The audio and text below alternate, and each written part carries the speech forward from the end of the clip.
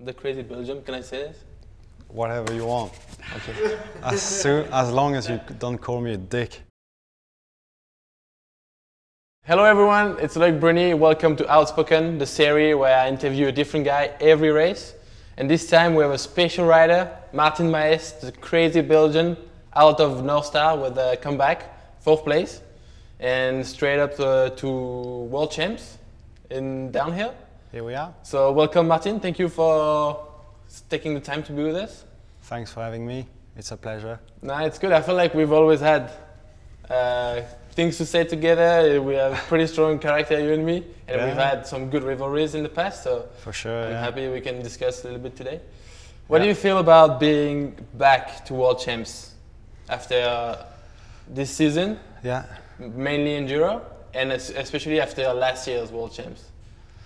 Yeah, well, obviously La Bresse was a huge surprise for me, and we went to World Champ, and it was, you know, I wanted to confirm my form on a downhill bike, and it was awesome for me to get a 2nd place. I'm usually not very happy with 2nd places, but you know, behind you and you had a good form, and you're always in a good form at World Champ, so I was, you know, super happy to get a 2nd place, but on top of that, extremely happy to confirm, you know, from La Bresse, because there was a lot of discussion after La Bresse, you know, condition a little bit different, because I was starting a little bit earlier than you guys. Yeah. So, you know, when you feel like you've done an awesome run, and you obviously committed a lot on your bike, it's always a little bit hard to hear those comments. You know what it is. Yeah. You know. No, but I want to finish. Go ahead. Yeah. Because I've been a little bit maybe mean to you, not directly, but a little bit under the lines, you know, saying some stuff that the conditions were easier, blah blah blah, which I think it's a little bit true on one section of the track, but you didn't win the race on that section. No. You won it especially at the bottom. So I think there's nothing we have to say that you didn't deserve this win and stuff. So yeah. I'm sorry a little bit. No. Well, I think people are made to get along or not with other people, and you know, and I don't. You know, it's not. We get along. And it's, I think, the fact that we never really got to know each other before racing, and exactly what you say, you know, every time we race, we're so close, and there is a big rivalry between both of us, and you know, also the fact that we both speak French, you know, having the Belgium so close to France, you know, it might be, you know, something, you know, that caused, you know, the tension between both of us. It could be the easiest way to become friends too. The way that we speak the same language, the way that absolutely, yeah. And also, you know, in any sports, the French are so good in any sport, really. And I know that any countries or us as Belgians, we just want to beat the Frenchies. Why? It's just because you guys, football, mountain bike, you guys are so good at everything, you know, and you have a nation. Well, I know, but you guys have a nation which helps so much the sports and everyone involved in sports in your countries, and in Belgium it's not really the case. So that's why, like, we know you guys get the best support, you know, when you look, for example, here, you know, how many people are on the tracks, timing, filming, you know, it's so impressive. Yeah. You know, last year, for example, in Lanzarote, the Belgian Federation wanted me to pay my jersey. You know, that's that's how much support we get from them, you know, so anyway, yeah, it's, you know, there is rivalries, and in any sport there will be rivalries, and you know, I admit when you're faster, and you get to admit when I'm faster as well, and I think that's what makes the best athlete out there. Yeah, and another thing that we should get straight out of the bag, when around the suspension a few months ago, yeah, I made a post because a lot of people were talking shit about UCI, remember? Yeah. And taking the UCI down because of the way they were treating enduro and stuff, and I was like, okay guys, everyone, UCI is not bad. It's been good for downhill and it's going to be good for enduro. And then I sent you a text after because I felt that it was maybe, and people were saying, yeah, this is for Martin, blah, blah, blah. And it was not to point you out or to tell that you were wrong or whatever, but what do you think about UCI coming to enduro and their decision against you? On you? I've always embraced the fact that the UCI was coming to enduro because, you know, the sports kind of struggle to be even close to downhill. You know, when you see the coverage, salaries, everything from downhill, you know, it's much higher. Okay. And there is much more commitment from the sponsors, I think, for downhill than enduro.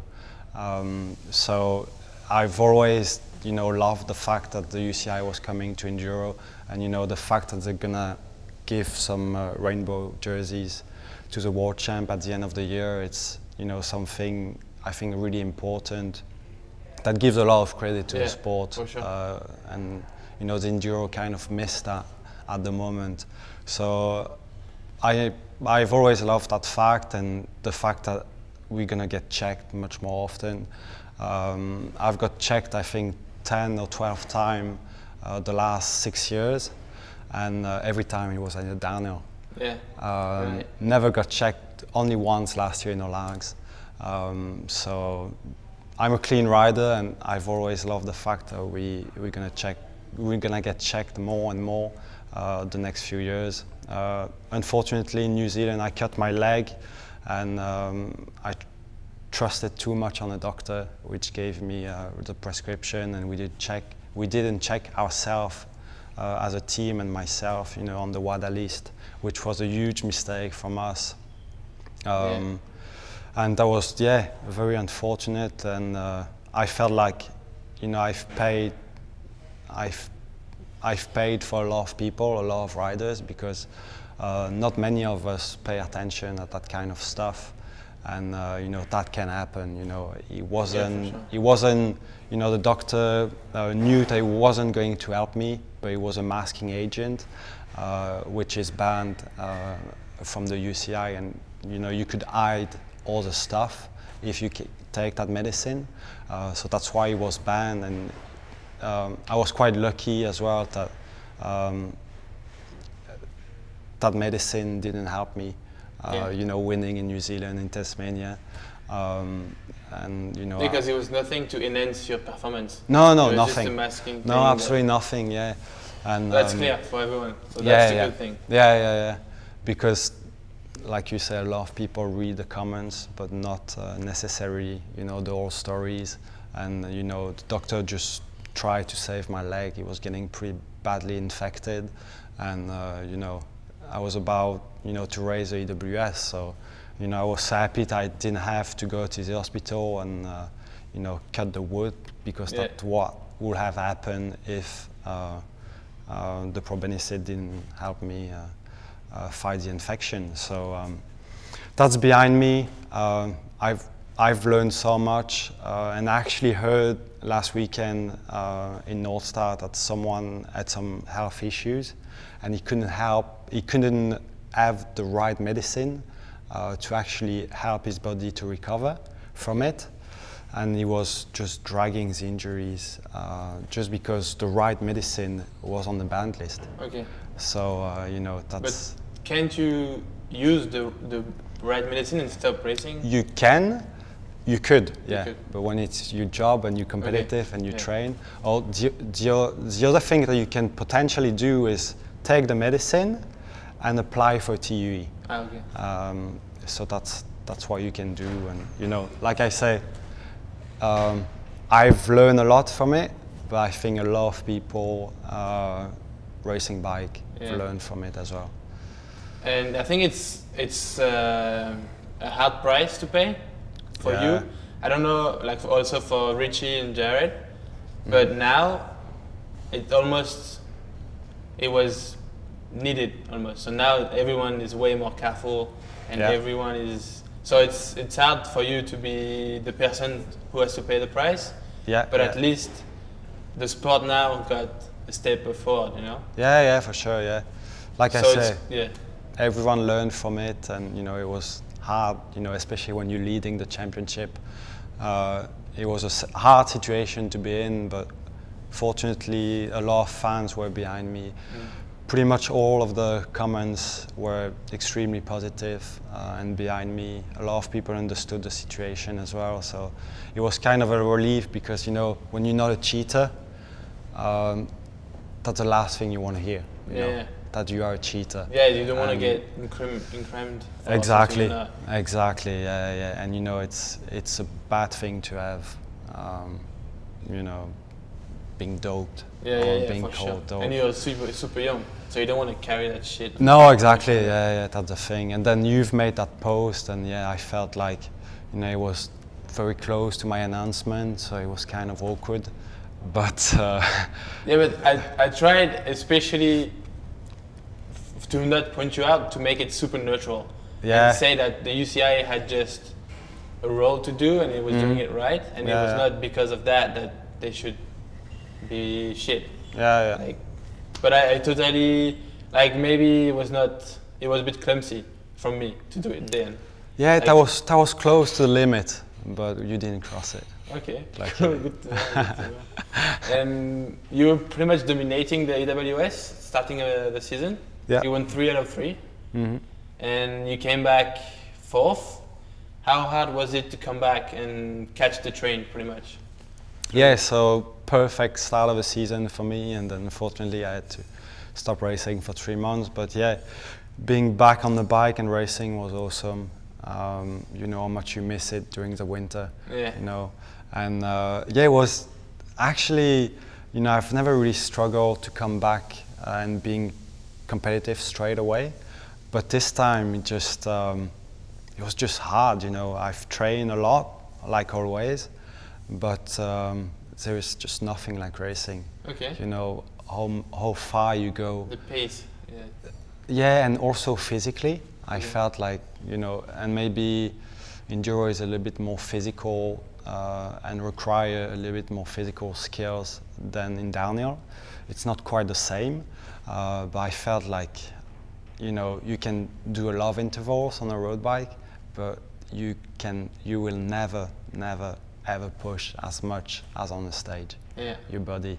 And that's really how I felt. Like, it was a huge wake up for me being back racing, and obviously I wasn't happy with the 4th place. I'm only happy when I'm winning, or very proud of what I've done, or like Lanzarote was one of them. You know, I was happy to be 2nd. And sometimes it's hard when you're so competitive, like we both are. It's hard to be 2nd, but sometimes you just know that you've done everything that you could on the bike, and you just feel good about it. So you didn't do everything you could in Northstar? Yeah, I did, but like I said, I was just a bit struggling physically, and we were racing in quite high altitude, and it was a little bit hard. But you know, I've also focused a little bit more on my training for downhill racing. And I finally spent a few days on a downhill bike a couple of weeks ago, so I'm more ready than ever. And you know how close it was last year at World Champ. Like, you have to be, you know, so careful of any details on the bike, your lines as well.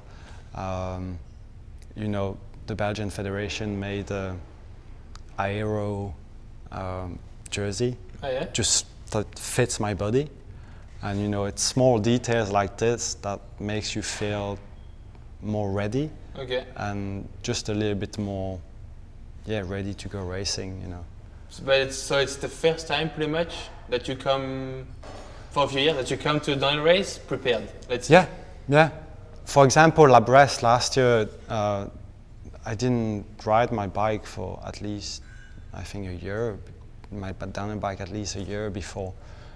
So it's, I feel like, you know, you have time to adapt to it through the practice. Yeah. And I've always felt like you don't necessarily have to be the fastest the first 2 days of the practice. Yeah. I don't know what you think about it. What? To be faster the first 2 days? Practice. No, practice, there is always, it's famous that there is champions of practice. There's always people like, whoa, they look flying. And then at the race, at the final, they're not so much where you would expect them to be. Absolutely. So for sure, you don't have to be the fastest right away. But it's hard for, like, even for you, which even though you're not the fastest, you also have to know the limit of the bike because you push more and more, and it's hard to feel the edge. So maybe this time you have more control, let's say. Yeah, a little bit more. It's good. Yeah, it's good because this track is like proper downhill track. Have you been here before? No, I've never raced here before. Yeah. No. So you'll see, it's like full gas, like you're actually using the bike. Yeah. To find the limit. Yeah. Yeah. Like some tracks you don't really ride to the limits of the bike because it's like Leogang, it's almost easy. So you just ride and it's more like braking points, smoothness. But there it's also like the way the bike will work and the way you will optimize it. That's gonna make a difference. So it's gonna be good. But you think you have more chances now that you prepared? No, I don't think so, because like I've said a little bit earlier, I've always felt like I was getting ready and being just ready in time as the race run was coming. But yeah, obviously, you know, riding the bike a little bit more, being a bit more confident on the bike coming into the practice, I might, you know, elevate the pace a little bit quicker and have maybe a little bit more confidence coming into the race day on Sunday. So we will see. We will see. But you know, watching you know, you, Amaury, and the last couple of races, you know, even through the screen, it was impressive. And you know, coming here, I'm kind of a little bit intimidated because, you know, when you see on cameras that you guys are going fast, and also one thing I've noticed is actually the commitment on the bike that yourself and Amaury had the last couple of races was. Yeah, it's been intense. It's been one of the fastest season. Yeah, I would say. And no one is really making mistakes. So everyone is riding at their best. Yeah. But still able to stay there. It's not like you do it once and then can't do it again. So it's pretty hard to every weekend find that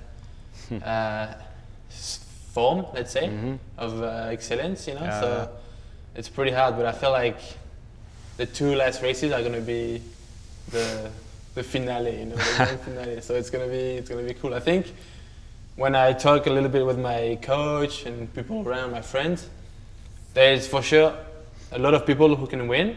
There's like 5-6 people that are actually able to win. But there are also now you that comes in the mix, because we didn't see you race at all this year, so we don't know where you're at. But every time you come, you're there. So it's kind of, we expect you to be in the mix. And there's Gwyn also coming back. Yeah, absolutely. So it's going to be pretty crazy to make it through all these people, and I think it's going to be interesting. But coming back to training, when you said you prepared more for downhill, what do you change?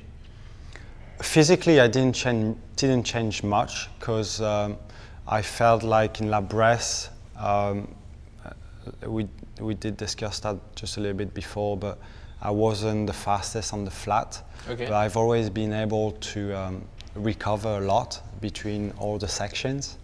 And that's why I was slightly faster in La Bresse. It's because I was able to actually recover just after the pedals and go really fast downhill after. and I think it's one of my quality and one of my strengths that I'm good at for downhill racing and enduro. So you just rode the bike pretty much more than yeah, just riding a little bit more the bike. I went to Métabief in Les Vosges. It's pretty much where I've learned to ride my bike. Okay. And we've been there with my dad and with all my family, like I think 10 years, every summer. So it was good to be back there, and you know, it's a good track as well. I think they want to welcome a World Cup in a few years. Oh, okay. Yeah. Okay. So it was just good to be back there, and you know, there was also wheel size to decide, because the last time I rode my downhill bike, it was in 650 front and back. So we. And now? That's going to be a 429er. Oh yeah. Yeah. Okay. Yeah. So different than your enduro bike. Yeah, a bit different, and I felt like I was not faster where I've practiced on my downhill bike, but just a little bit more stable. And I think, you know, I've chosen the 650 in the back and the 29er for enduro racing, but I feel like maybe on a fast track, like, you know, here, or you know, you have to go over the holes as well, breaking bumps, and I felt like maybe with a full 29er combo, it was a little bit faster, and yeah. That's gonna be interesting. Yeah, it's interesting. It's interesting, you know, it's small difference, but in downhill everything counts, and you know, it's scary sometimes. And you mentioned your dad, and I've heard before, I never asked you before, but your dad was a racer back in the day, and maybe still rides a lot? Yeah, he still rides a lot. He's got a mountain bike school with more than 200 kids every week. He trains, he teaches. So he used to be a racer. He raced against Nico Vulio a lot. Okay. He did mostly dual slalom back in the days, which was quite famous. And then he went to downhill a little bit. So racing for GT as well. So that's cool. Yeah. And how is he helping you? Because my dad is also used to be and still rides, but he's pretty out of my career, let's say. He's just watching as a dad, not as a character. Is your dad the same? Absolutely the same, yeah. Okay. Yeah. He doesn't put any pressure on myself. He's never trained me. He say himself that he hasn't got the capacity to make me faster or better. He's pretty humble, and I think, you know, it's important to have your race space, let's say, your training space, and also the family sides. True. And I totally, even though we talk a lot about biking together, you know, I prefer to keep it like this. Yeah, you have your team. A little bit more separate. Yeah. He never comes to the races. Yeah, I've never seen him. Just a few times EWS in Europe, but that's it. Yeah. It's pretty discreet. Like he's not. Yeah. No. Front of the scene. Absolutely not. No. But I thought your dad was a little bit more involved with. No, he's not. Like he's more present because he comes more to the races, and he's a big mouth, you know. So he's always like but he's proud of you. Probably. Yeah, I hope so. Yeah. I'm trying sometimes to make him proud. Yeah. But he's fully trusting the team, the management, the mechanic. Is like, you guys took him when he was a junior, and he made a good job. So he's not really eager to, like, he doesn't feel the need to be more involved. But we still train together, and he always have something to say about lines. He's like, he always think I'm taking the wrong line. Okay. So he's not he's not the guy who will put me in the best trust, like confidence mood, because he's always, are you sure this line? I saw someone doing this. And, you know, he's always trying to find the details, but he's not super good at finding the moments to do it. Like just before Valisa, I remember this year, he was like, I saw you last run practice. You were so slow. What the fuck were you doing? Everyone was flying and you were just chilling. and I felt good, and I was like, really? He's like, yeah.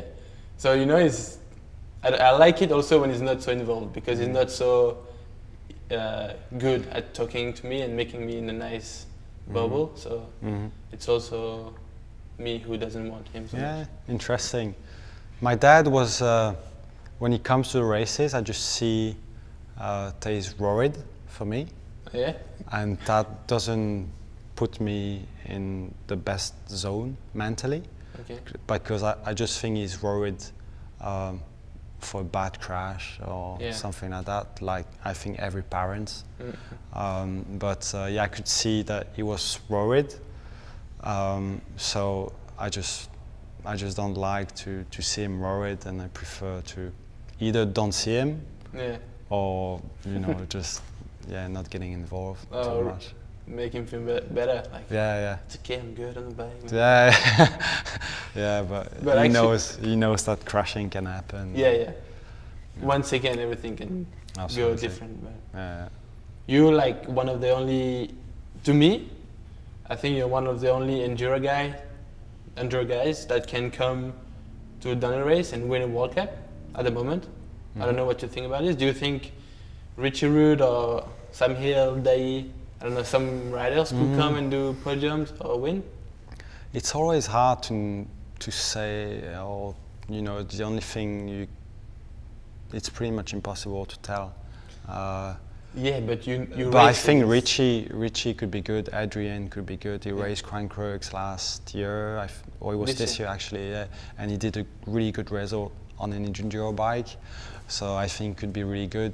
Sam is a huge talent. Yeah, for sure. He's one of the best of all time, and I'm sure that if he was in the right, if he wanted himself to be competitive in downhill, I think he could still do it for sure. But we had a chat a couple of years ago, actually, when he moved to enduro, and he was telling me that, you know, with all his family, his wife, he didn't have mentally, he wasn't ready to take all the commitment which you have to take to be competitive as a downhill rider, which I can totally understand, you know, when you have 3 kids. And I feel like, you know, in enduro you can be fast, but not, you know, putting yourself such in a edge on your bike, because you can make the difference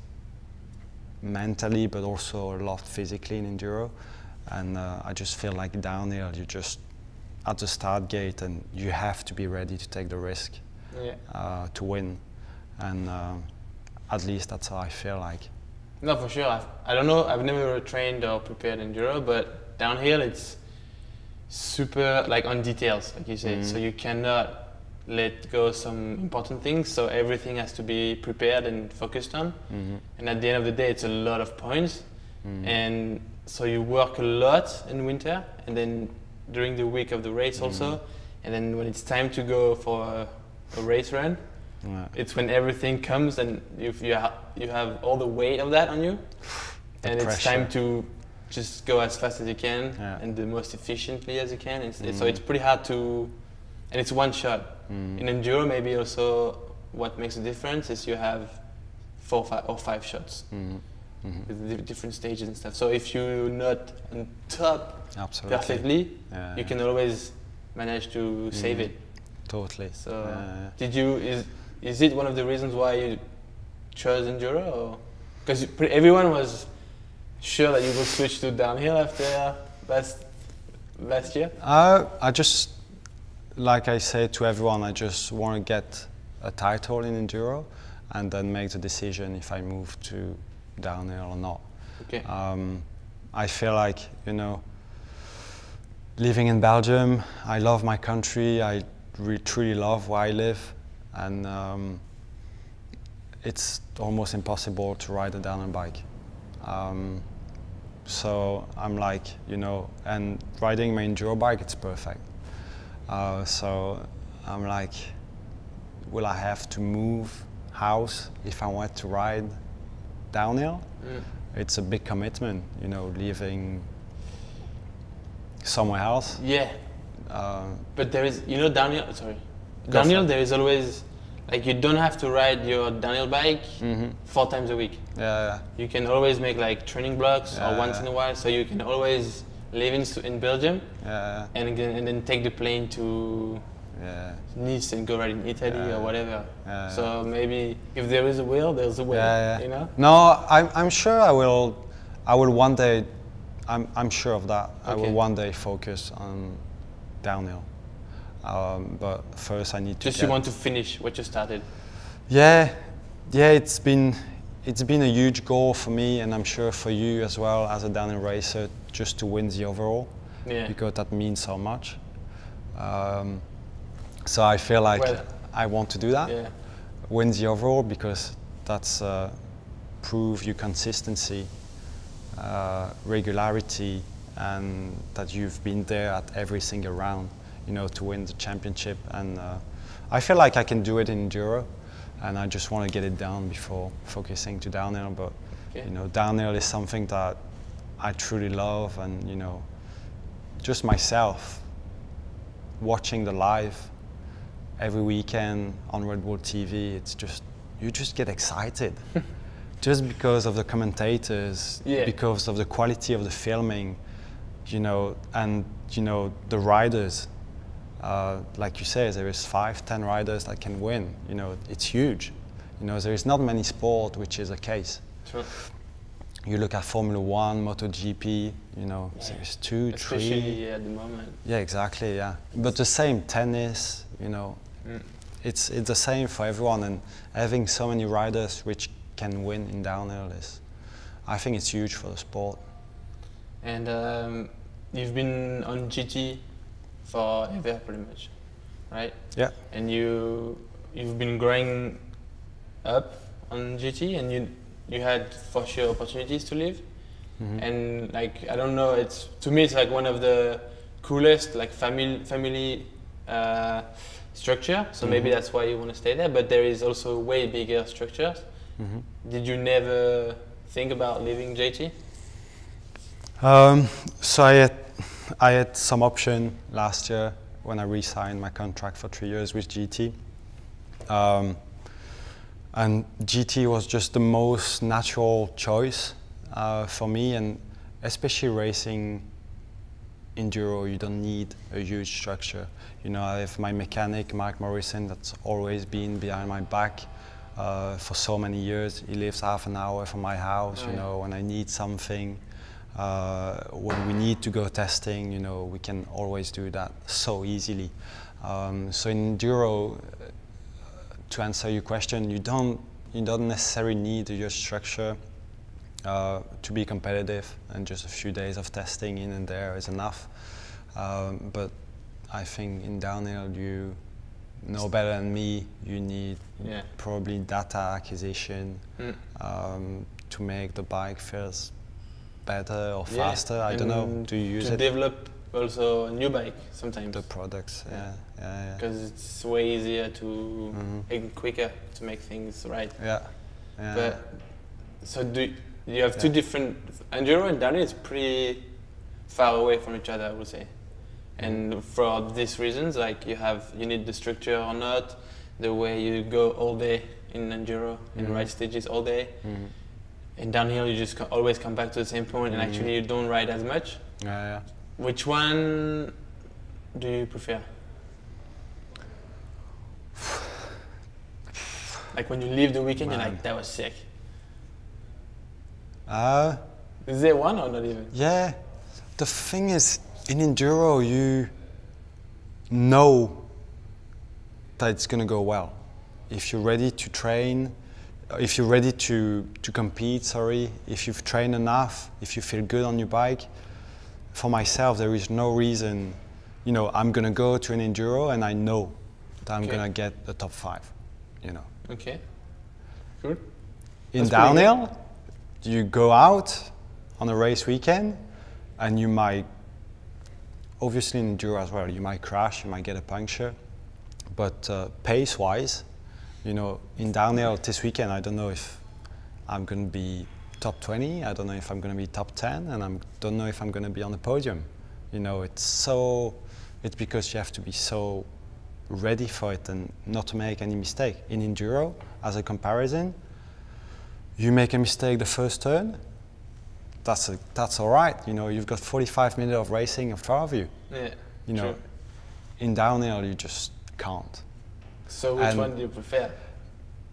I think if things goes well, the way you want, downhill gives you much more rewards. Okay. Yeah. You know, sometimes enduro, we win the race weekend and we're in the middle of the forest. Yeah. There's nothing happening. You know, it is frustrating because the effort is massive. Huge. And also the pace is huge. You know, going so fast, not making any mistake, and being able to win over 45 minutes of racing, it takes a lot of energy out of you. And technically it's hard too, because you go through roughest terrain, then downhill, steeper, rougher, longer. So and you don't have much practice, especially you. One practice run I do, yeah. And sometimes you don't even have the GoPro on, you don't really pay attention, you just ride. Yeah, just ride, yeah. Is it because you can remember or because you don't care? I do care, it's my job, and I want to win, but I feel like course walking, it's just crazy. I remember back in the days, Justin Leof, he, I think, walked over 50K. So that was on Monday, Tuesday and Wednesday. He walked over 50K. Each day? No, over the 3 days. Okay. But that's massive. You have to consider that it's 3 days of walking, 2 days of practice on Thursday and Friday, and 2 days of racing. You know, I just want to keep it fairly simple and still enjoy myself. I'm not going to enjoy myself walking 50K on track. I prefer to be on my bike. Yeah, you know. Okay. So, and I think that's a big key in downhill and also enduro is the fact that you enjoy yourself. You like to do it. You enjoy the track. You know, you're positive. And I think at the end of the weekend, that's going to just make you much faster. Sure. All right. So that's it for today. Good luck this weekend. It was a pleasure talking to you, Loic. Finally. Yeah, me too. I hope you guys enjoyed it and watch the race on Sunday. We have some good business to do and hopefully we end up in a good spot. Absolutely. See you Monday, guys.